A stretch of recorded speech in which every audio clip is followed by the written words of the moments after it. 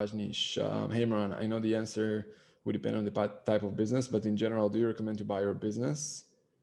Do you recommend to buy your business? But do you recommend to buy the first business in the area where I live so I can go to the office and run it effectively?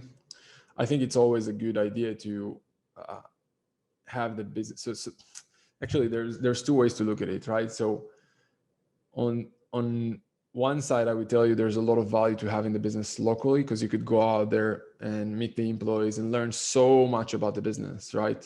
Like, and obviously, even just for the fact of you negotiating on a deal is going to be much more. Um, let's just say that you can accelerate your negotiation. I think much more when you meet someone in person, right? I mean, just by definition, when you meet someone face to face, there's different energy. I don't know how to explain that, right? It's like you know that person much better right away. Um, so that's one thing that I have in mind. Then the other thing I have in mind is like, yeah, if you want to be part of that sector, learning everything you can about the business is a great idea, right? Understanding exactly how they get clients, what they're doing for marketing, for sales, what they're doing to deliver the products or services in the business. So many things that you should understand about the business, especially if you see yourself being part of that sector for the next few years. Like crucial things. I think I mentioned to you guys, like one of the richest Israeli person that I met, like a multi-billionaire, still have hundreds of companies.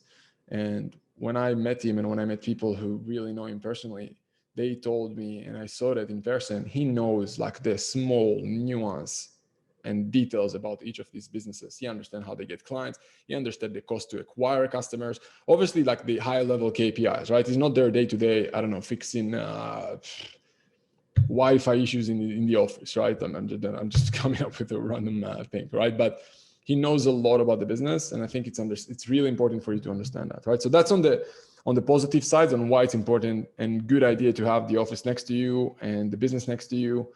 Then if you look on the other side, it's like, okay, first of all, nowadays pretty much all businesses almost forced to be remote, so you can still get access to those KPIs from a different country, right? It can be as simple as you getting access to a CRM or some kind of a weekly or daily reports of cash flow or different KPIs that are super relevant to that business.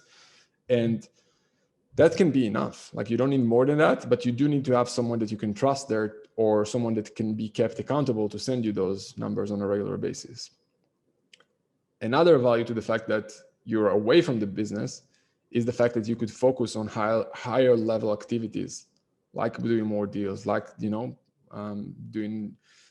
different more acquisitions, merger, joint ventures, or whatnot, which are basically higher level actions that you can take as a business owner versus coming up with a next, I don't know, the next hire for your IT guy. I don't know, something like that. I'm thinking out loud with you guys, but.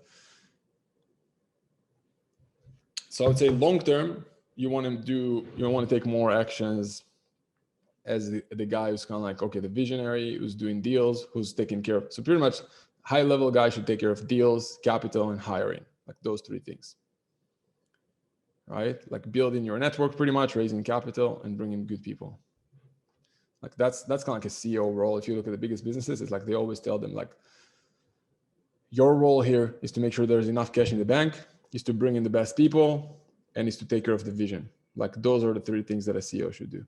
Everything else should be pretty much get done by the team, but you as the CEO, as the visionary, whatever you want to call it, right, as the owner, should or can edit the work, but you don't need to do necessarily the work, right? It's okay to edit the work. It's not good at some point eventually to do the work yourself. So I hope that gave you some different ideas, because like I said, there's no black or white in this, right? It's like each and every one of you have a different vision, different path, different sector.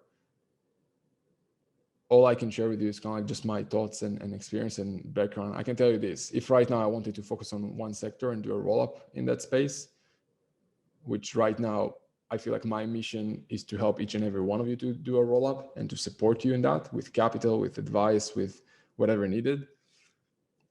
So if I would focus on one sector, I would literally buy the first business I can. I don't care the size of the business, just to go in as soon as possible.